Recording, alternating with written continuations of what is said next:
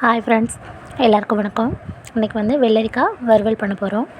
வெள்ளரிக்காவை ரவுண்டாக கட் பண்ணிக்கலாம். அதுக்கப்புறம் 1 டேபிள் ஸ்பூன் மஞ்சத்தூள், அதுக்கப்புறம் சிக்கன் மசாலா தூள் போட்டுக்கலாம்.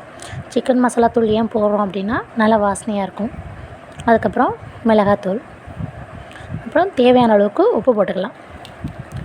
இப்போ உப்பு போட்டதுக்கப்புறம் நல்லா பிசைஞ்சு விடலாம். அப்போ தான் இந்த மசாலா உப்பு இதெல்லாம் வந்து வெள்ளரிக்காயில் நல்லா சார்ந்துருக்கும். இது மாதிரி பிணைஞ்சி ஒரு 5 நிமிஷம் வச்சிடலாம். அப்போ தான் அந்த மசாலாலாம் நல்லா ஊறி இருக்கும். அதுக்கப்புறம் அடுப்பில் ஒரு கடாயை எடுத்து வச்சிடலாம். எண்ணெய் ஊற்றிக்கிட்டு எண்ணெய் நல்லா காயணும். இப்போ பார்த்திங்கன்னா எண்ணெய் நல்லா காஞ்சிருக்கு. இப்போ வெள்ளரிக்காய் போட்டுக்கலாம். வெள்ளரிக்காய் போட்டு ஃப்ரை பண்ணதுக்கப்புறம் அது வந்து எண்ணெயில் தானே ஃப்ரை பண்ணுறோம், அப்போ எண்ணெய் அதிகமாக இருக்கும். இன்னும் ஒரு பிளேட்டில் டிஷ்யூ வச்சுக்கோங்க. வச்சதுக்கப்புறம் இந்த வெள்ளரிக்காய் எடுத்து அதில் போட்டிங்கன்னா அந்த எண்ணெயெல்லாம் வந்து அந்த டிஷ்யூ பேப்பரில் போயிடும். இது வந்து கொஞ்சம் நல்லாயிருக்கும் சாப்பிட. உருளைக்கிழங்கு வறுத்தா எப்படி இருக்குமோ அது மாதிரி தான் இருக்கும்.